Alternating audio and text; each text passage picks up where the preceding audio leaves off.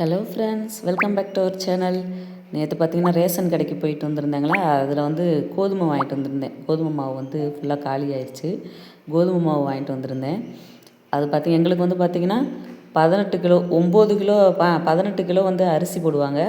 கோதுமை மட்டும் எங்களுக்கு வேணும் அப்படின்னு சொல்லி கேட்டோம்னா, அரிசி இல்லாமல் அதில் வந்து 18 கிலோ அரிசி போடுறாங்கன்னா 9 கிலோவாக வந்து கோதுமை போட்டு தருவாங்க. அப்படி தான் வந்து நான் இத்தனை நாளாக வந்து வாங்கிட்டு வந்துட்டு இருந்தேன். 2 மாதத்துக்கு ஒருக்கா வந்து போய் வாங்கிக்குவேன். அப்படி தான் பார்த்திங்கன்னா நேற்றும் போய் வாங்கிட்டு வந்திருந்தேன். இந்த தடவை போட்ட கோதுமை பார்த்திங்கன்னா கொஞ்சம் வந்து தூசியாக இருந்துச்சு பயங்கரமாக. போன தடவை நான் வாங்கினது வந்து பார்த்திங்கன்னா தூசியே இல்லாமல் சூப்பராக இருந்துச்சு. முன்னாடிலாம் ஒரு அண்ணன் இருப்பாங்க, வழக்கம் வந்து நம்ம கேட்குற பொருளே தர மாட்டாங்க, அரிசிதாம்மா இருக்குது அப்படின்னு சொல்லிட்டு போட்டுவிடுவாங்க. இப்போ வந்து ஒரு அக்காவை மாற்றிருக்காங்க. அவங்க வந்து நம்ம என்ன கேட்குறோமோ அதை வந்து இருந்துச்சுன்னா எடுத்து கொடுத்துருவாங்க. கொஞ்சம் தூசியாக இருந்துச்சு. சரி பரவாயில்ல, வாங்க நம்ம எப்படி பண்ணுறேன் அப்படிங்கிறத நான் அந்த கோதுமை மாவை எப்படி வந்து நான் யூஸ் பண்ணுறேன் அப்படிங்கிறத உங்கள்கிட்ட காமிக்கிறேன். இதில் வந்து நான் எந்த ஒரு பொருளுமே சேர்க்க மாட்டேங்க. இருந்தாலுமே வந்து பார்த்திங்கன்னா சூப்பராக வரும். கோதுமை வந்து சப்பாத்தியும் சரி பூரியும் சரி ரெண்டுமே சூப்பராக வருங்க. நான் வந்து ஃபஸ்ட் நாள் வந்து வாங்கிட்டு வந்தோடனே அதை வந்து மேலே மாடி கொண்டு போயிட்டேன். மாடி கொண்டு போய் நல்லா வந்து தண்ணியை ஊற்றுனீங்கன்னு வைங்களே, தண்ணியை திறந்து விட்டு கையை வச்சு நல்லா அலசுனீங்கன்னா அதில் உள்ள டஸ்ட்டெல்லாம் அப்படியே வந்து பார்த்திங்கன்னா மேலே வந்துடும்.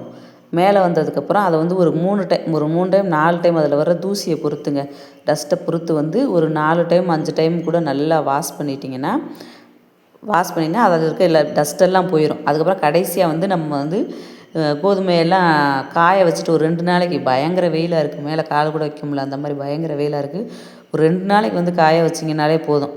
2 நாள் காய வச்சிங்கன்னா நல்லா காஞ்சிரும். அதுக்கப்புறம் வந்து லேசாக வந்து புடச்சிக்கலாம். அப்போ வந்து அந்த காற்றுக்கு வர்ற தூசியெல்லாம் இருக்குங்களே, அதனால் லேசாக வந்து புடச்சிக்கலாம்.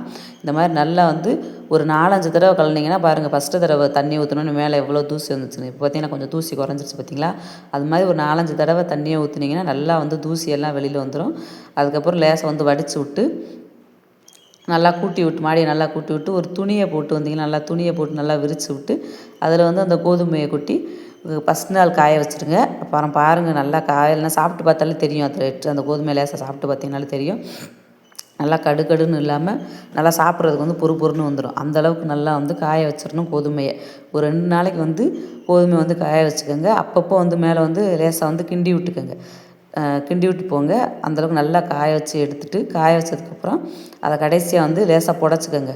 புடச்சிட்டிங்கன்னா இங்கே கொஞ்சம் கொஞ்சம் தூசி இருக்கலாம் பார்த்திங்களா, அந்த தூசி வந்து போயிடும். எனக்கு வந்து பெருசாக புடைக்க தெரியாது. சரி, ஏதோ எனக்கு தெரிஞ்ச அளவு வந்து புடச்சி எடுத்துகிட்டு போவேன்.